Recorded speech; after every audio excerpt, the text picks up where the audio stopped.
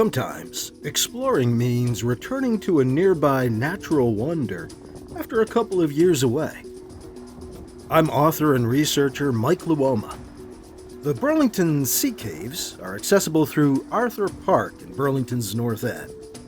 When they're accessible, you can't always reach the site easily.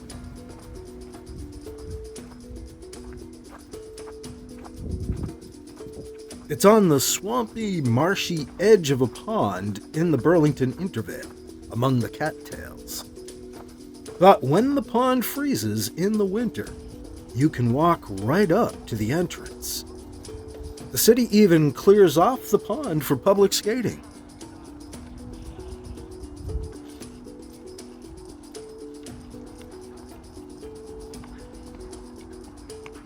There's water inside the cave too, but it doesn't freeze unless we go below zero for a stretch of days. This winter's been below freezing, so the pond is solid ice, but temperatures have rarely dipped below zero in Burlington, so I won't be able to go too far into the cavern of the sea caves on this trip.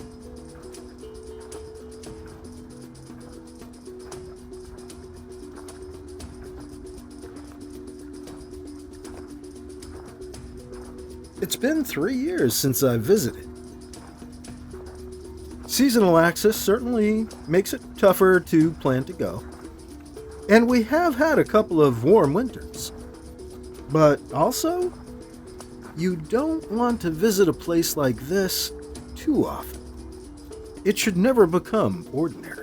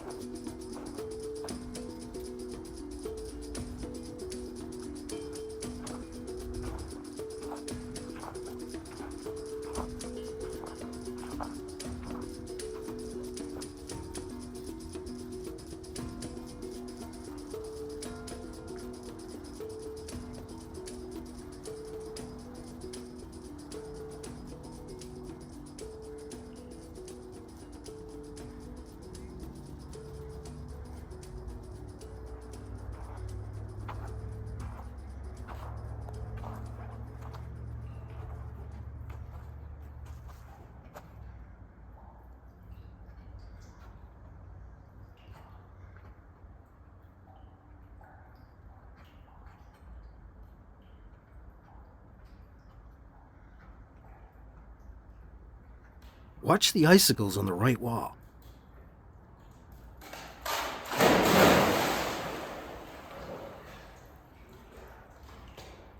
They just happened to let go as I was shooting.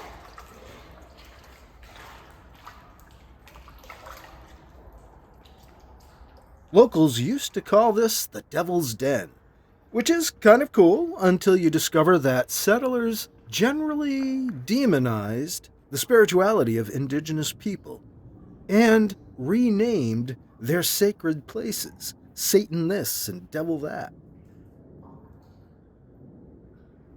Given that, and the evidence surrounding us in the Intervale of long-time indigenous occupation and agriculture, it's likely this cave was a very significant place for centuries.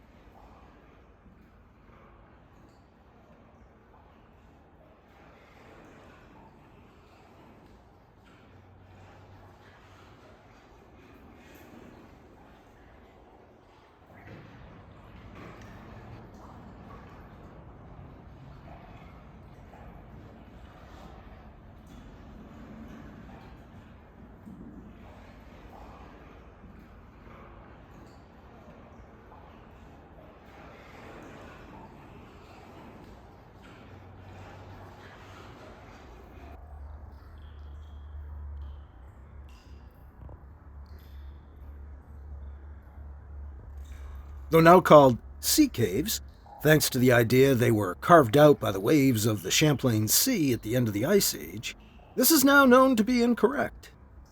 So the sea caves weren't made by the sea, and why caves, plural? There only seems to be this one.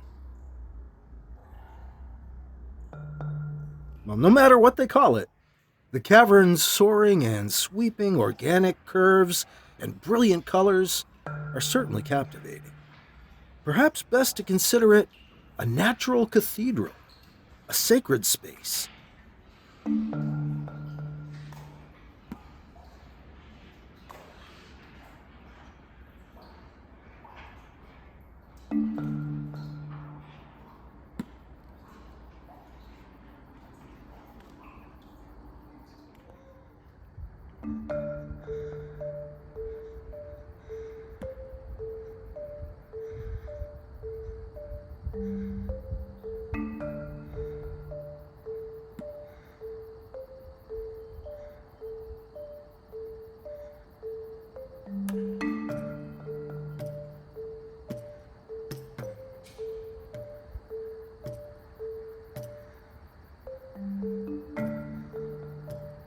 Back outside to the right of the cave, I've found an odd alcove with a fin or wing-shaped stone perched in it.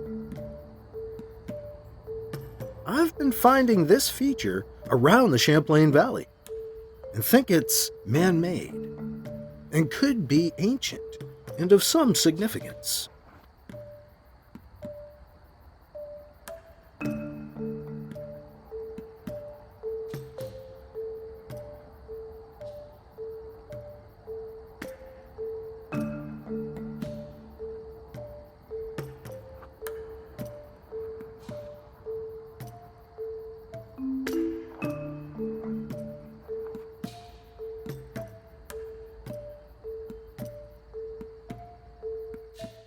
Wing or fin-shaped stone in an alcove.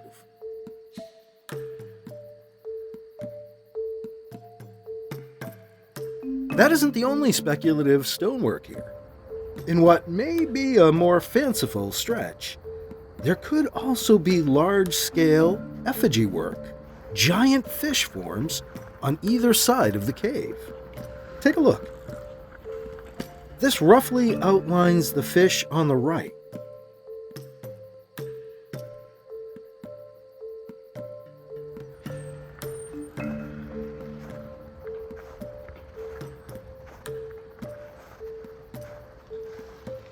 This tail area appears curiously shaped.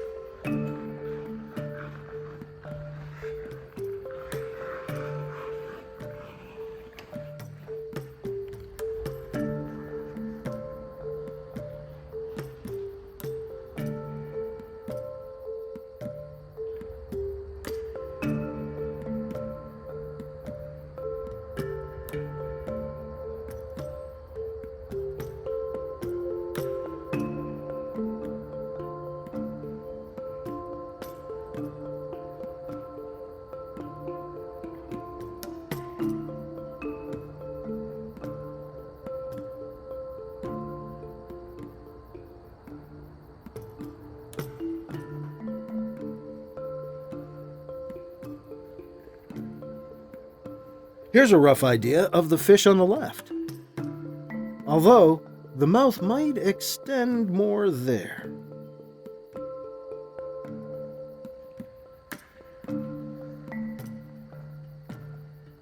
These forms are more rounded than they appear in the video's 2 dimensions, though I understand if they don't appear to be anything at all to you.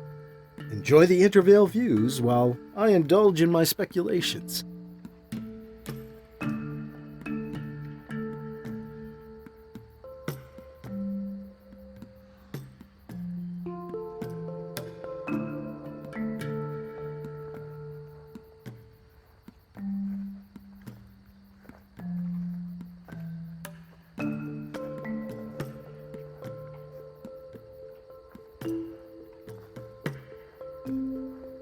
Many folks enjoy the cave and the skating in Arthur Park. It can get pretty busy. I tried to shoot around and edit out other people, but here are a few in the cave entrance just to give you a sense of scale.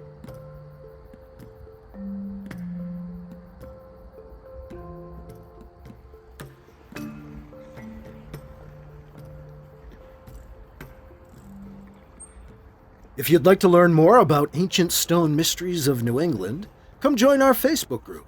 Check out more videos on the YouTube channel, or pick up my book, Ancient Stone Mysteries of New England, available everywhere in paperback, ebook, and audiobook. I'm Mike Luoma. Thank you for exploring the Burlington Sea Caves with me.